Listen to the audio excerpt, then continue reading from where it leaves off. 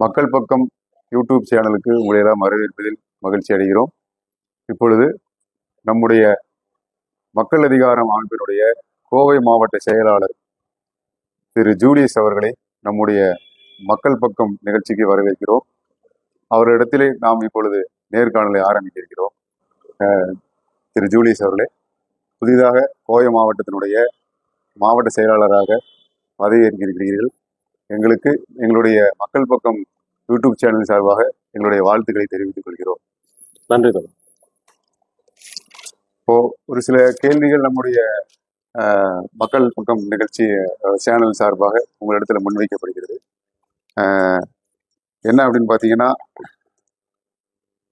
நீங்க இப்போ புதிய செயலாளராக பொறுப்பேற்றிருக்கீங்க. இப்போ உங்கள் முன்னுள்ள சவாலாக எதையெல்லாம் நினைக்கிறீங்க? உங்களோட அமைப்பினுடைய வளர்ச்சி மற்றும் பாசிசத்தினுடைய எழுச்சி கோவை மாவட்டத்துல ரொம்ப அதிகமான எழுச்சி இருக்கு.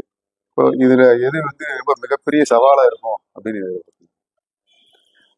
சரி, அதாவது ஒட்டுமொத்தமா இப்போ எங்க அமைப்புக்கும் சரி, இல்ல மற்ற கட்சிகளுக்கும் சரி, இல்ல இந்திய மக்களுக்கே சரி, ஒட்டுமொத்தமா மிகப்பெரிய சவாலா இருக்கிறது அப்படின்றது வந்து இங்க பாசிசம். அது இங்க RSS பாஜக அவங்க ரூபத்துல வந்து இங்க பாசிசம் இப்ப மக்களை ஆட்டி படைக்குது. இதுதான் வந்து ஒரு நாடு எதிர்நோக்கி இருக்க மிகப்பெரிய சிக்கல். அதே சிக்கல் தான் நம்ம இங்க கோவையில் எதிர்கொள்றோம். நீங்க சொன்ன மாதிரிதான் இங்க வந்து பாத்தீங்கன்னா, ஒரு காலத்துல வந்துட்டு ஒரு 5 வருஷத்துக்கு முன்னாடி ஊர்ல 2 சங்கிகள் தான் இருப்பாங்க. இப்ப பாத்தீங்கன்னா தெருவுக்கு 2 சங்கிகள் இருக்காங்க. அந்த அளவுக்கு வளர்ந்து வந்துருக்காங்க. அப்ப அவங்க வளர்ச்சியை வந்து நம்ம முறியடிக்க வேண்டியது. எப்படி பண்ணலாம் அப்படின்னா, கோவை அப்படின்றது வந்து உழைக்கும் மக்களுடைய கோட்டை. ஆனா சங்கிகள் என்ன சொல்றாங்க, என்னுடைய கோட்டைன்னு சொல்றாங்க. அது அப்படி கிடையாது. இங்க வந்து பாத்தீங்கன்னா ஏகப்பட்ட தொழிலாளர்கள் இருக்கிறாங்க. 90களுக்கு முன்னாடி எப்படி தொழிலாளர்களுடைய கோட்டையா தான் இருந்துச்சு. ஆமா, என்ன தொழிலாளர்கள் இங்கதான் இருக்காங்க, கோவையில தான் இருக்காங்க. சிறு குறு முதலாளிகள் இருக்கிறாங்க. ஸோ அவங்களோட இது வந்து ஒரு தொழில் நகரம் அப்படின்றப்ப தொழிலாளிகளுடைய கோட்டை தான் இருக்கு. அப்ப நம்ம அதை வந்து மறுபடியும் நம்ம மீட்டெடுக்க வேண்டிய அவசியம் இருக்கு. அப்ப அதுக்கு என்ன பண்ணணும் அப்படின்னா, அதுக்கான செயல் திட்டங்கள் நாங்கள் வகுத்துருக்கிறோம். அந்த வகையில வந்துட்டு நம்ம தொடர்ச்சியா மக்கள் மத்தியில அரசியலை கொண்டு போறது, போராட்டங்கள் ஆர்ப்பாட்டங்கள் மூலமாக தான் நம்ம பண்றோம். அதே மாதிரி பிரச்சாரங்கள் இதோட பண்ணிட்டு இருக்கோம். ஸோ அந்த வகையில பாத்தீங்கன்னா இங்க வந்து மக்கள் அதிகாரம் என்ன பண்ணணும் அப்படின்னா, இங்க வந்து உறுப்பினர்கள் சேர்க்கை நிறைய நடத்த வேண்டி இருக்குது. தீவிரமா இன்னும் வேலை செய்ய வேண்டியது இருக்குது. அது நல்லா புரியுது. அப்போ சில பின்னடைகள் இருக்குது, நம்ம அமைப்புல பின்னடைகள் இருக்குது. அதன் மூலமா வந்து அதெல்லாம் மீட்டெடுத்து நம்ம இங்க ஒரு தொழிலாளிகள் தான் இதெல்லாம் தான் சவால். இப்போ இங்க என்ன சங்கிகளோட வளர்ச்சியை தடுத்து நிறுத்துறது தான் மிகப்பெரிய சவால் அப்படின்னு பாக்குறேன். அடுத்தா இப்போ ஒரு 40-50 ஆண்டு கால மக்கள் அதிகாரத்தினுடைய முன்னாடி வந்து மகஇக உங்களுடைய அதனுடைய பரிணாம வளர்ச்சியா தான் இப்போ வந்து மக்கள் அதிகாரம் அமைப்பு வந்து இருக்கு. அப்போ அந்த அடிப்படையில ஒரு 40-50 ஆண்டு காலத்தை கடந்த மக்கள் அதிகாரம் வந்து இன்னும் வெகுஜன மக்களை வந்து சென்றடையாமல் இருக்கிறதுக்கான காரணங்கள் என்னவா இருக்குன்னு நினைக்கிறீங்க? ஏன்னா இந்த கோவை மாவட்டம் பார்த்தீங்கன்னா, நீங்க சொன்ன மாதிரி பாசிசனுடைய எழுச்சி ரொம்ப வேகமா இருக்கு. அதே மாதிரி அவங்களுடைய வளர்ச்சியும் ஒன்றிய அரசு அவங்க கையில் இருக்கிறதுனால நிறைய வளர்ச்சி வந்து ரொம்ப அதிகமா இருக்கு. ஆனா உங்களுடைய மக்கள் அதிகாரம் பார்த்தீங்கன்னா ஒரு குறுகிய வட்டத்துக்குள்ளதான் ஒரு சில பகுதிகளில் மட்டும்தான் இருக்கிற மாதிரியான ஒரு தோற்றம் இருக்கு. இதை வந்து நீங்க எப்படி இந்த இதை வந்து மீட்டெடுக்க போறீங்க? ஏன்னா இந்த வெகுஜனங்கள்கிட்ட போனா மட்டும்தான் ஒரு காலத்துல கம்யூனிசம் வந்து ரொம்ப மேலோங்கி இந்த காலத்துல ரொம்ப இலகுவா போய் மக்கள்கிட்ட சேர்ந்துச்சு, தொழிலாளர்கள்ட்டையும் வெகுஜன மக்கள்கிட்டையும். அப்போ இன்னைக்கு வந்து மற்ற வாக்கு அரசியல் இருக்கக்கூடிய கம்யூனிஸ்டுகளே கொஞ்சம் குறுகிய வட்டத்துக்குள்ள இருக்கிற மாதிரியான ஒரு தோற்றமும் இருக்கு. அப்போ உங்களுடைய இது எப்படி நீங்க வெகுஜன மக்கள்கிட்ட கொண்டு போய் சேர்க்க போறீங்க? சரி, அதாவது தொடர் முதலாவது நம்ம என்ன புரிஞ்சுக்கணும் அப்படின்னா, மகஇக அந்த 40 வருட காலம் இதெல்லாம் சொல்றீங்க, இதெல்லாம் வந்து வேற ஒரு தோழ அமைப்பு அப்படின்னு சொல்லலாம். ஆனா மக்கள் அதிகாரத்தின் தோற்றம் அப்படின்றது வந்துட்டு 2015 தான் ஆரம்பிக்குது. இது வந்து முழுக்க ஒரு வெகுஜன அமைப்பு. வெகுஜன அமைப்பு அப்படின்னா மகஇகனுடைய பரிணாம வளர்ச்சி தானே மக்கள் அதிகாரம், அப்படித்தானே? இல்ல, பரிணாம வளர்ச்சி அப்படி இல்ல. பரிணாம வளர்ச்சினா அது மறைஞ்சு போயிருக்கணும் இல்லையா? அப்படி கிடையாது. அப்படி மகஇக என்ன இருக்குது? மகஇக. ஆமா, ஏன்னா இது வந்து ஒரு வெகுஜன அமைப்பாக புதிதாக தொடங்கப்பட்டது. ஆமா, இதுல வந்து எல்லாரும் இதுல வந்து பங்கெடுத்துக்கிறது அப்படின்றது. இப்போ மாகாய்க்கா நீங்க சொல்ற உங்களுக்கு அறிமுகம் மாகாய்க்கா அப்படின்னாலும் சொல்றேன். அது வந்து என்னன்னா கலை இலக்கிய அமைப்பு. ம். அது வந்து கலைஞர்களையும் இந்த மற்ற அதுக்கு இல்ல அதுல ரெஸ்ட்ரிக்ஷன் அதிகமா இருக்குமோ அதுல உறுப்பினராக இருக்கிறதுக்கு அந்த மாதிரியா எப்படி? இல்ல அதுல வந்து கலை இலக்கியத்தில் ஆர்வம் உள்ளவங்க அதுல அதுல மெம்பர் சரி ஆகும். சரி ஆனா பொதுமக்கள் பங்கேற்பதற்கான அமைப்பு அப்படின்றது மக்கள் அதிகாரம். சரி இதுல யார் வேணா எந்த கலைஞர் வேணாலும் யார் மாகாய்க்கு வேணா இதுல வரலாம் அப்படின்றதுதான். ஸோ அதுக்காக தொடங்கப்பட்ட அமைப்பு. வெகு வெகு மக்கள்கிட்ட அணுகிறது அப்படின்றது பாத்தீங்கன்னா 2015 ஆரம்பிச்சதுக்கு அப்புறம் பாத்தீங்கன்னா அப்போ வந்து நாங்க வந்து மூடு டாஸ்மாக் இயக்கம் ஆரம்பிச்சோம். அது வந்து பாத்தீங்கன்னா உலகம் முழுவதும் எங்களை கொண்டு போச்சு. உலகம் முழுவதும் எங்களுக்கு அந்த ரீச் ஆயிருக்கு. அது பாத்தீங்கன்னா அடுத்தடுத்து தொடர்ச்சியா நாங்க நிறைய செயல்பாடுகள் பண்ணிட்டு இருக்கோம். குறிப்பா பார்க்க போனீங்கன்னா மாநாடுகளும் நடத்தி வெற்றிகரமான மாநாடுகள். பொதுவா வந்துட்டு என்ன சொல்லுவாங்க அப்படின்னா அரசியல் கட்சிகள் மக்களை எப்படி கூப்பிடுவாங்க அப்படின்னா மாநாடு மூலமா தான். மாநாடு அது அது இல்ல மாநாட்டுக்கு எப்படி மக்களை கூப்பிடுறாங்க அப்படின்னா அது ஒரு ஏதோ ஃபேவர் பண்றாங்க இல்லையா. ஆமா. நம்ம பொதுவா வழக்குல சொல்லுவாங்க கொடுத்துதான் கூப்பிடுறாங்க நம்ம அப்படி பிரியாணி கிடையாது. அல்லது ஏதோ ஒரு தொகை. அந்த மாதிரி சொல்றாங்க. ஆனா நாங்க அப்படி கிடையாம அரசியல் உணர்வு ஊட்டப்பட்டு அவங்களுக்கு நம்ம கூட்டிட்டு வரோம். பாத்தீங்கன்னா தொடர்ச்சியான மாநாடுகள் நடந்திருக்குது ஒவ்வொரு வருடம் இடைவெளியிலும். நம்ம 2019 இந்த சிஏஏ என்ஆர்சி என்பிஆர் அந்த சட்டத்துக்கு நாங்க மிகப்பெரிய அளவுல திருச்சியில மாநாடு போட்டோம். ஏறக்குறைய 35,000 பேருக்கு மேற்பட்ட மக்கள் கலந்துக்கிட்டாங்க. சரி. அப்ப அந்த அளவுக்கு எங்களுக்கு ரீச் இருக்கு. அதாவது ஒரு விஷயம் என்ன கவனிக்கணும் அப்படின்னா நாங்க எந்த இதுவும் பண்ணல அவங்களுக்கு. தன்னெழுச்சியா வந்த கூட்டம். தன்னெழுச்சா வர்றாங்க நம்ம அரசியல் ஏத்துக்கிட்டு வர்றாங்க அப்படின்றது. அப்போ அந்த அளவுக்கான ரீச் இருக்குது. அதுக்கு அடுத்தது வந்த கொரோனா லாக்டவுன் அதுக்கப்புறம் அமைப்பில் ஏற்பட்ட பிளவு இதெல்லாம் வந்துட்டு பின்னடைவுக்கு போச்சு எங்களுக்கு இல்லைன்னு சொல்லல. அப்போ அது இதுல இருந்து மீண்டு வர்றதுக்கு அதுக்கான செயல் திட்டம்லாம் நாங்கள் வகுத்திருக்கிறோம். அதோட தொடர்ச்சியை வந்து வர ஏப்ரல் இல்லை மேல வந்துட்டு ஒரு அரசியல் மாநாடு நடத்த போறோம். அப்போ இது மறுபடியும் திரள மக்களை திரட்டி பண்றது அப்படின்றது அந்த மாதிரி இயங்கிட்டு இருக்கிறார். இப்போ கம்யூனிஸ்ட் இயக்கங்கள் இந்தியாவில் நிறைய இருக்காங்க. ஓட்டு அரசியலில் ஈடுபடக்கூடியவங்க நீங்க இருக்கிறீங்க, இன்னும் லெனினிஸ்ட் இருக்காங்க. அப்போ இப்படி பலதரப்பட்ட கம்யூனிஸ்ட் இயக்கங்கள் இருக்காங்க.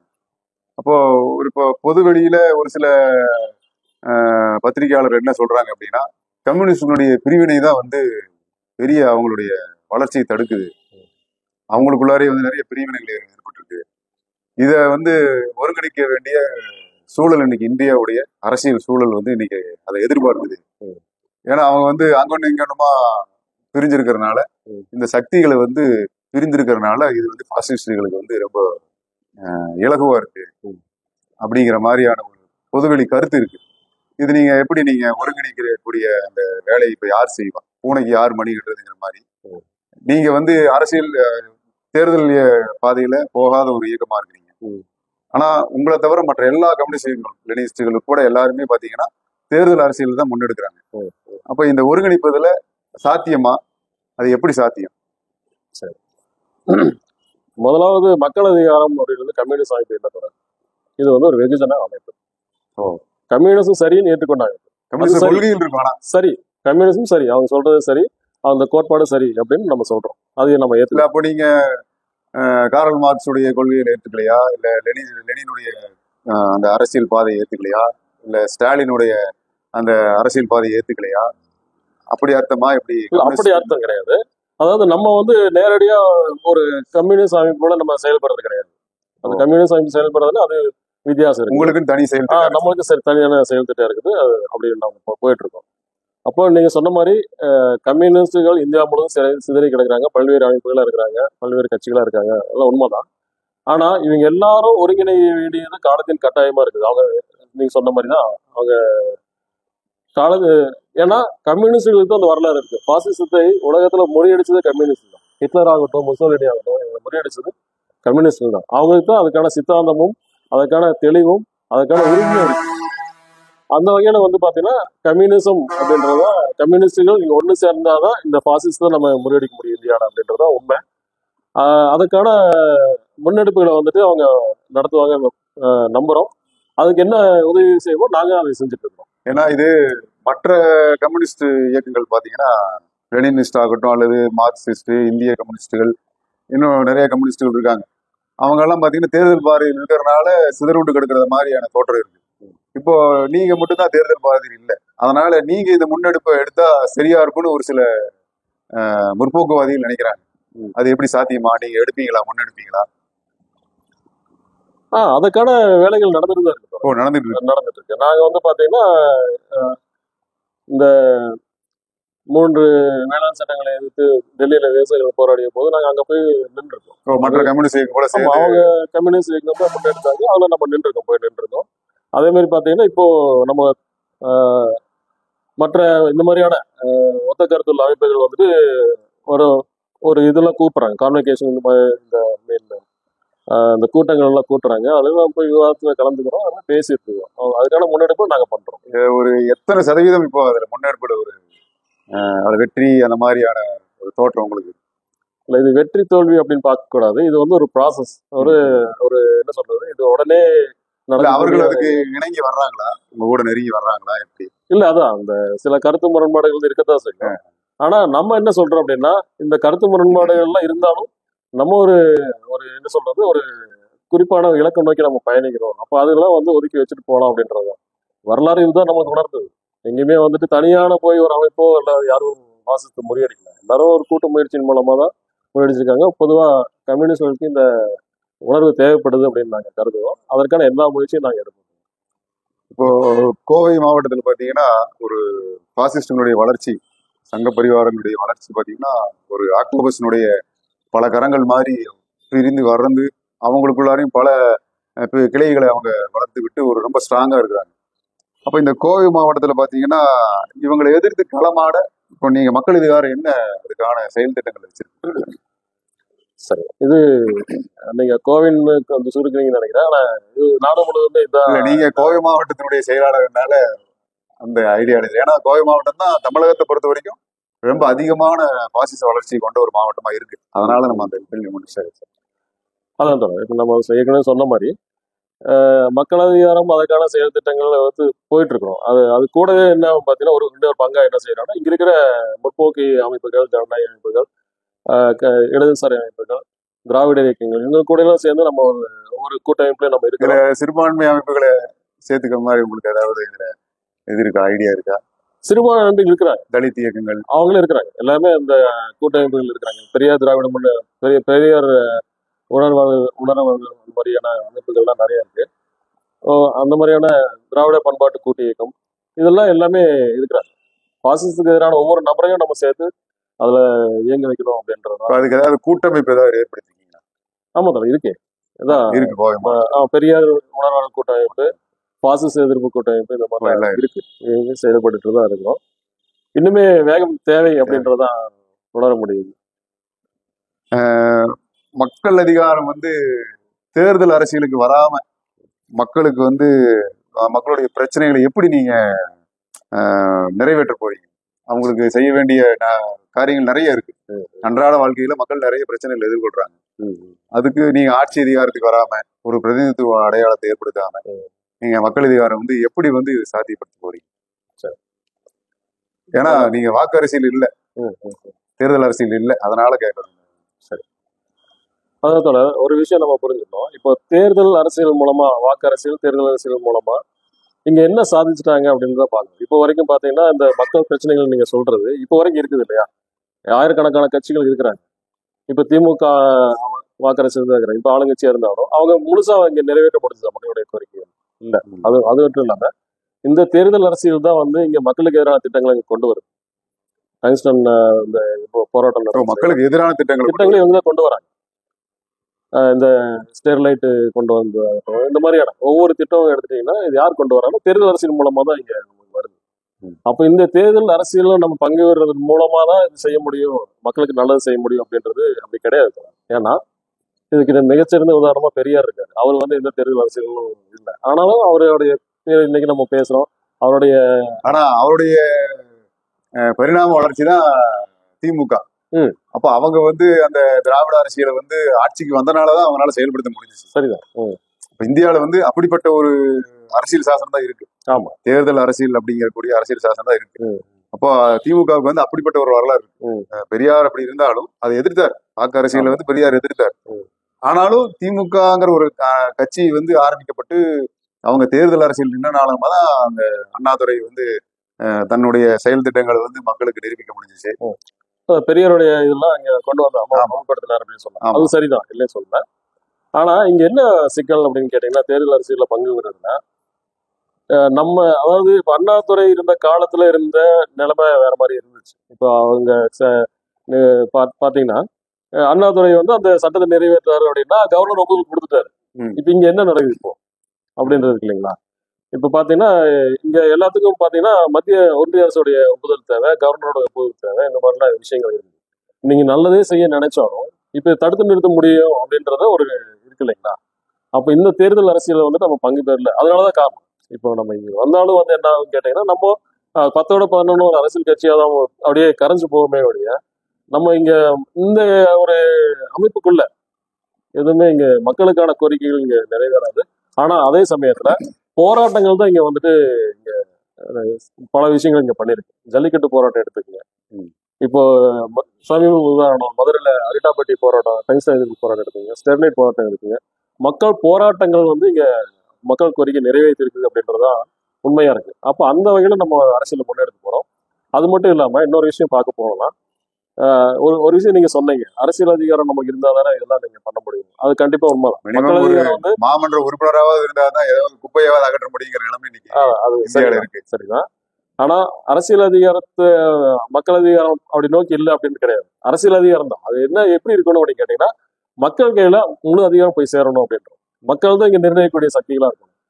அவங்க பார்த்து ஒரு தீர்மானத்தை கொண்டு வரணும், அவங்க பார்த்து நிறைவேற்றணும். இப்படியான ஒரு முழு ஒரு அதிகாரமே வந்து மக்கள் கிட்ட போகணும் அப்படின்றதான் நம்மளுடைய அரசியல். அதை நோக்கி தான் நம்ம போறோம். அப்ப அதுக்கு இது நீண்ட நெடிய காலம் பிடிக்கும் இதுக்கு. அது நீண்ட காலம் ஆகலாம் தவிர, ஆனா இதுதான் சரி. இது வந்து ஒவ்வொரு படியா முன்னேறுவோம் அப்படின்றதான் பார்க்கணும். இப்போ மக்கள் அதிகாரத்திலிருந்து பிரிந்து சென்ற நிறைய பேர் இருக்காங்க சமீபத்துல. அப்போ அவங்களையெல்லாம் ஒருங்கிணைக்கிற ஐடியா உங்களுக்கு ஏதாவது இருக்கா? அது எப்படி செய்ய போறீங்க? ஏன்னா எல்லாமே ஒரே கொள்கை உடையவங்க தான். ஒரு சிறு சிறு கருத்து வேறுபாடுகள் காரணமா தான் வெளியே போயிருக்காங்க. குறிப்பிட்டு சொல்ல போனா தோழர் மருதையன் அப்படிங்கிறவர்லாம் மிகப்பெரிய ஒரு கொள்கைவாதியா இருந்தவர். இப்போ அவரெல்லாமே வந்து வெளியே போயிருக்காரு.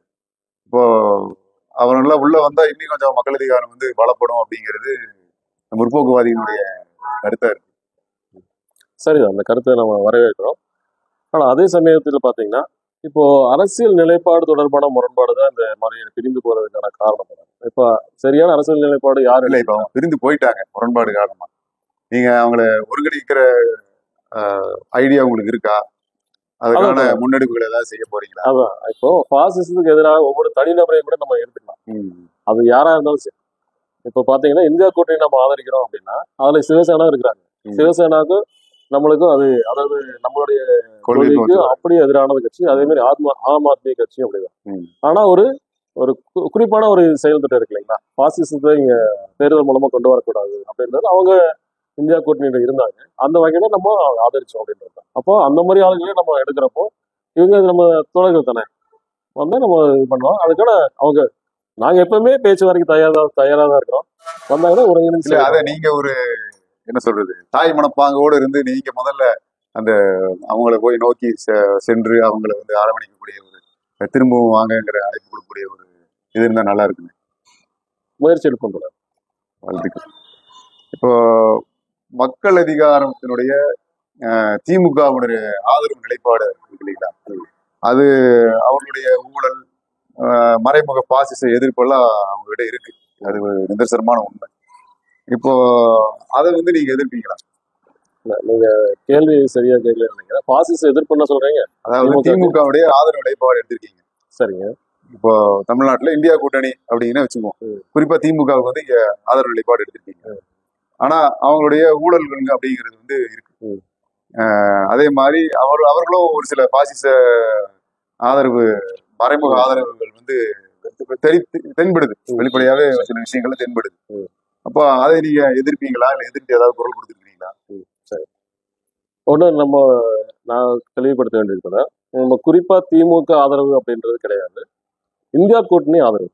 ஏன்னா இங்க வந்து பாசிசம் அப்படின்றது வந்துட்டு பாஜக என்ற கட்சியின் மூலமா தேர்தல் மூலமா தான் வருது. வேற எந்த வழியும் கிடையாது. இப்போதைக்கு 3 தடவை அவன் ஜெயிச்சானா தேர்தல் மூலமா தான் ஜெயிச்சு வந்திருக்கான். அப்ப அந்த ஒரு வழியை நம்ம அடைக்க வேண்டியிருக்கு. அப்ப அந்த வகையில வந்துட்டு இந்தியா முழுவதும் ஒரு கூட்டணி உருவாகுது காங்கிரஸ் தலைமையில. அதுல திமுக இருக்குது அப்படின்றப்போ நம்ம இந்த இந்தியா கூட்டணிக்கு நம்ம ஆதரவு கொடுத்தோம். அதுல விசிகாவும் இருக்காங்க, கம்யூனிஸ்ட் இருக்காங்க, மற்ற கட்சிகள் இருக்காங்க, எல்லாத்துக்கும் நம்ம பிரச்சாரம் பண்ணோம். அப்போ இந்த குறிப்பான திமுக ஆதரவு அப்படின்றது நமக்கு கிடையாது. ஏன்னா நாங்க இந்த தேர்தல் நிலைப்பாடு எடுக்கிறப்பவே ஒரு வெளியீடு போட்டிருந்தோம். அதுல வந்து பாத்தீங்கன்னா தெளிவா நாங்க சொல்லியிருந்தோம், இது வந்து தேர்தலுக்கான மட்டும்தான்.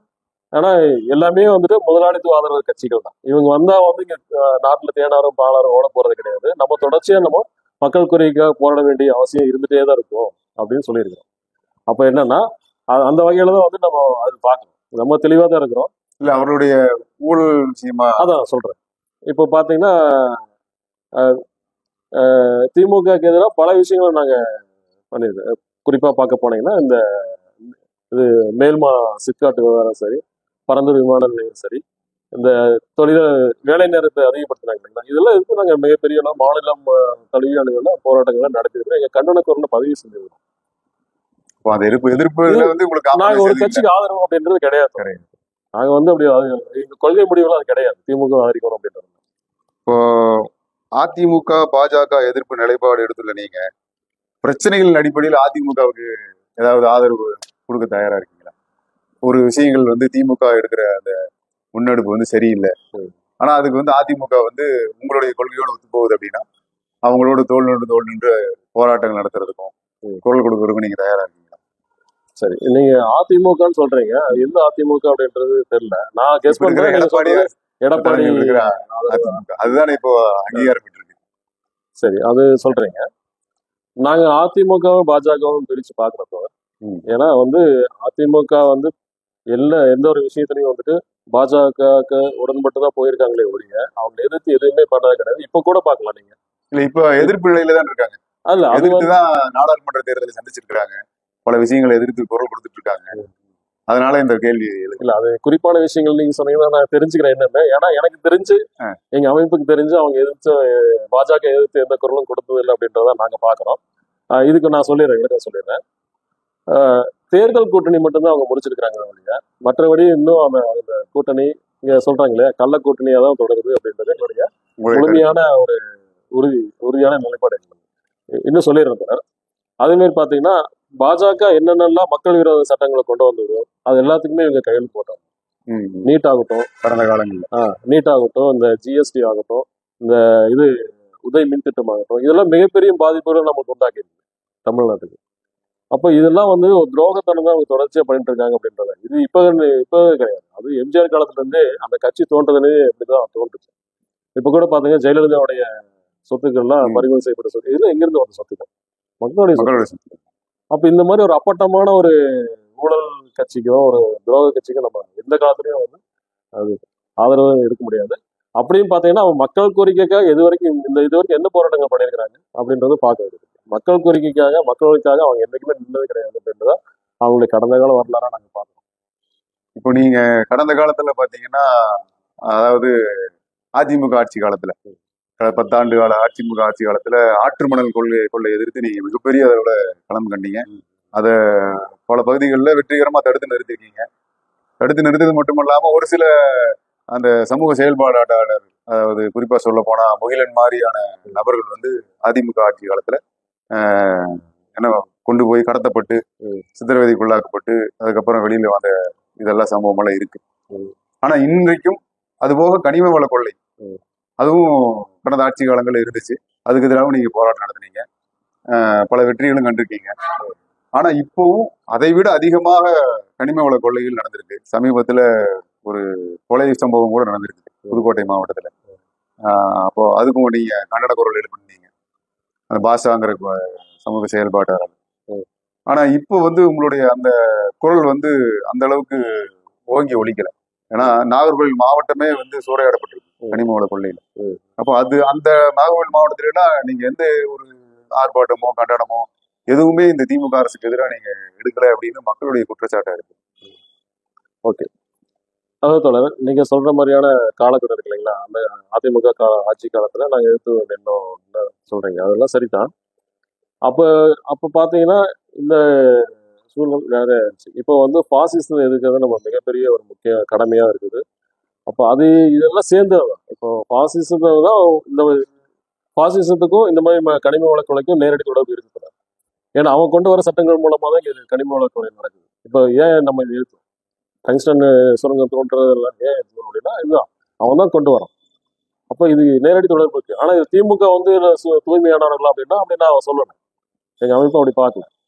இருந்தாலும் வந்து இப்போ நம்ம பாசிசத்தை இருக்கிற அந்த கடமையை மிக முக்கியமா நம்ம கருதுறோம். பாசிசத்தை ஒழிச்சிட்டாலே நம்ம இதையும் நம்ம கட்டுப்படுத்த முடியும் அப்படின்னு நம்ம பார்க்கணும். கட்டுப்படுத்த முடியுறது தடுக்க முடியும் அப்படின்னு நம்ம பார்க்கணும். இப்போ திமுக ஆட்சி காலத்துல இதுக்கு எதிராக நீங்க கனிம வள கொள்ளைக்கு இதுல ஒரு சைலண்ட் போக்க கடைபிடிக்கிறீங்கன்னு எடுக்கலாமா? இல்ல அப்படி பாசிசத்தை எதிர்க்கிறதுக்கா? இல்ல அப்படி இல்லை. இப்ப நீங்க சொல்ற அந்த பகுதி அப்படின்றது வந்துட்டு நம்மளுடைய அமைப்பு அங்க இல்ல. நீங்க சொல்ற நாகர்கோவில் அங்க இல்ல. அங்க அமைப்புகள் நாங்க வளர்த்து எடுக்கிறப்போ நம்ம இதுக்கான போராட்டங்கள் நம்ம முன்னெடுப்போம். இப்போ தேர்தல் அரசியலில் ஈடுபடாத மக்கள் அதிகாரம் இந்திய ஒன்றியத்துல மக்களுக்கு அப்படி என்ன சாதித்து விட போகிறது அப்படிங்கிற ஒரு கேள்வி எழுது இல்லையா? என்ன சாதிக்க முடியும் அப்படின்னு மக்கள்கிட்ட ஒரு இது இருக்கும் இல்லையா? இப்ப எல்லாமே புதிதாக வரக்கூடியவர்கள் கூட தேர்தல் பாதையில வர்றாங்க. புதிதாக கட்சியை ஆரம்பிச்சவங்க கூட எதற்காக அப்படின்னா நம்ம ஆட்சி அதிகாரத்துக்கு போய் மக்களுக்கு ஏதாவது செய்யணும் அப்படின்னு வரலாம், அல்லது தங்களுடைய ரசிகர்களுடைய எண்ணத்தை நிறைவேற்றுக்காக வரலாம். அப்படி இருக்கிற பட்சத்துல இந்திய ஒன்றியம் வந்து ஒரு தேர்தல் பாதை மட்டும்தான் மக்களுக்கு நல்லதோ அல்லது அவருக்கான முன்னெடுப்புகளோ செய்யறதுக்கு நான் ஒரே இது. அப்ப நீங்க அது இல்லாம நீங்க என்ன சாதிக்க முடியும்னு நினைக்கிறீங்க? சரி, இப்ப நம்ம ஏற்கனவே சொன்ன மாதிரி தேர்தல் அரசியல் மூலமா தான் இங்க மக்களுக்காக செய்ய முடியும் அப்படின்றதே கிடையாது. ரெண்டாவது என்னன்னு கேட்டீங்கன்னா, நம்மளோட ஒரு தமிழ்நாட்டுல ஒரு அமைப்பா இருந்தாலும் நம்மளுடைய குரல் வந்துட்டு பாராளுமன்ற எதிர்காலத்துல ஏதாவது தேர்தல் அரசியல் வர்றதுக்கு வாய்ப்புகள் இருக்கா? அது சொல்றேன். இந்த கேள்வியினுடைய மறைமுக இதே அதுதான். ஓகே. அப்ப என்னன்னா நம்மளுடைய முழக்கமே என்னன்னா, கார்பரேட் காவி பாசிசத்தை ஒழிப்போம், ஜனநாயக கூட்டரசை நிறுவுவோம் அப்படின்றது. ஜனநாயக கூட்டரசு அப்படின்றது என்ன அப்படின்னா நம்மளும் அதில் பங்கேற்கிற ஆளுங்க. அப்போ என்ன எப்படி இந்த முழக்கம் இருக்கு இல்லைங்களா? நம்ம வந்து சின்ன அமைப்பா இருந்தாலும் நம்மளுடைய அரசியல் ஆகட்டும் நம்மளுடைய முழக்கங்களாகட்டும் அது பரவலா போகுது. குறிப்பா ஒரு விஷயத்த சொல்லணும்னா RSSம் அதானியும் ஒண்ணு, மோடியும் அதானியும் ஒண்ணு, அதிகார வாயில மண்ணு அப்படின்னு ஒரு முழக்கம் இருந்துச்சு. இது வந்து ராகுல் காந்தி வந்து டிஷர்ட்டே போட்டுட்டு போறாரு. இந்த மாதிரி மோடி அதானி ஒண்ணு அப்படின்ட்டு கொண்டு போறாரு. இப்ப இவங்க நம்ம நேரடியா அங்க போயிடுச்சு அப்படின்னா ஏதோ ஒரு வழியில அப்படி போகுது, இல்லைன்னா ஒத்த கருத்தா கூட இருக்கலாம். அப்ப என்னன்னா இந்த மாதிரியான முன்னெடுப்பை நாங்க தொடர்ச்சியா பண்ணிட்டு இருக்கோம். நாங்க ஏற்கனவே சொன்ன மாதிரி இந்த டெல்லியில நடைபெற்ற போராட்டங்களுக்கும் போறோம். நம்மளுடைய தொழிலாளர் அமைப்பு இருக்குது, அவங்க சார்பாகவும் போறாங்க, பேசுறாங்க. உங்களுடைய கொள்கைகள் எல்லாம் ஒரு காலத்துல இந்தியா கூட்டணி ஆட்சிக்கு வந்தா ஒரு சில கொள்கைகளை ஏற்றுக்குவாங்க அப்படிங்கிற ஒரு நம்பிக்கையில இருக்கிறீங்களா? அப்படி இல்ல அப்படி நாங்க சொல்லல. அதாவது போராட்டம் தான் தொடர், நிர்பந்தப்படுத்தி போராடுவோம் அப்படின்றத எங்களுடைய நோக்கம். யாருமே வந்து மக்கள் அதிகாரம் சொல்றதெல்லாம் அப்படி கேட்டுவாங்க அப்படின்றது கிடையாது. இல்ல ஒரு சில கோரிக்கைகள் நம்மளது வந்து முழுக்க மக்களுக்கானது. சரிங்களா? கார்பரேட் நம்ம யார் எந்த முதலாளியும் நம்ம ஆதரிக்கிறது அது மீன் கார்பரேட் முதலாளிகளுக்கானது கிடையாது. அப்ப இப்ப இருக்கிற அரசமைப்பு அப்படின்றது வந்துட்டு முதலாளிகளுக்கான அரசமைப்பு. அதை நம்ம தெளிவா புரிஞ்சுக்கணும். இதுல போய் நம்ம பங்கெடுத்து இந்த தேர்தல் அரசியல்ல பங்கெடுத்து அப்படி பண்றது மக்களுக்கு நல்லது பண்றது அப்படின்றது ரொம்ப ஒரு சிக்கலான வேலை. அதுல அப்படியே சில நல்லது நடக்குது அப்படின்னா ஏதோ இருக்கிற வாய்ப்புகள் பயன்படுத்தி நல்லது நடக்கலாமே ஒழிய மற்றபடி இது முழுக்க முதலாளிகளுக்கு சேவை செய்வதற்கான அரசமைப்பு. இந்த காலநிலையத்துடைய நீட்சி தான். நம்ம தனியா ஒரு அரசமைப்புலாம் அப்படி கொண்டு வரணும். இங்க ஒரு புரட்சி நடந்தோ இங்க வந்தோ கிடையாது. வந்து அவங்க அறிமுகப்படுத்தும், நம்ம அப்படியே ஃபாலோ பண்றோம் அப்படின்றது.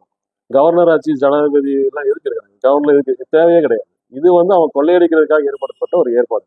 அதை நம்ம இன்னும் ஃபாலோ பண்றோம். அப்ப இதெல்லாம் வச்சுட்டு வந்து நம்ம பெரிய அளவுக்கு ஒன்றும் பண்ண முடியாது அப்படின்றது. அதே சமயத்துல வந்து நீங்க இன்னொரு கேள்வியும் சேர்த்து கேட்டீங்க, எதிர்காலத்துல ஆட்சி அதிகாரத்துக்கு அதுதான் நோக்கம். மக்கள் கையில நீங்க தேர்தல் பாரி வந்ததுனால இல்ல, அப்ப நடக்கிற தேர்தல் வேறையா இது இந்த மாதிரி இருக்காது. உங்களுடைய நம்பிக்கை இல்ல, அது இதுதான் இப்படிதான் போகும் அப்படின்றது. ஏன்னா இங்க வந்து ஓட்டு போடுறதுக்கு மட்டும்தான் மக்களை பயன்படுத்திக்கிறது.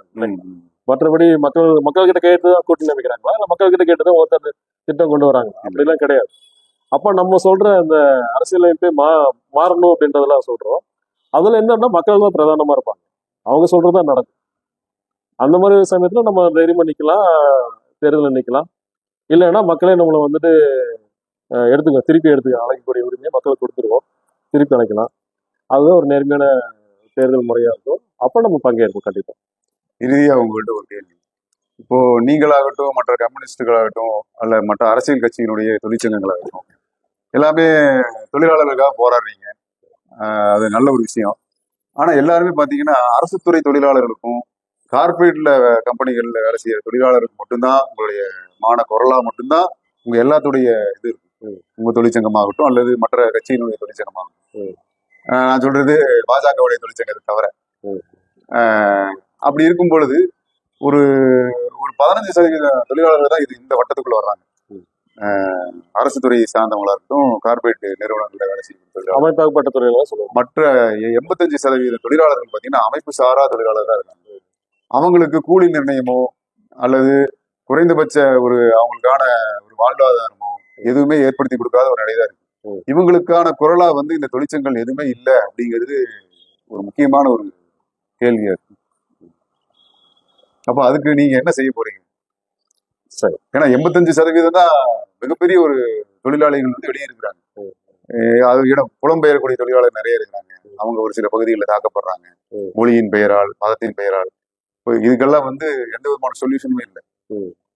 அரசு ஒரு தொழிலாளர் சட்டம் போட்டாலும் இந்த இவங்களுக்கான அரசு துறை சார்ந்த தொழிலாளர்களுக்கும் கார்பரேட் நிறுவனங்களுக்கு சேர்ந்த தொழிலாளர்களுக்கு மட்டும்தான் அவங்களும் அந்த சட்டத்தை போடுறாங்க.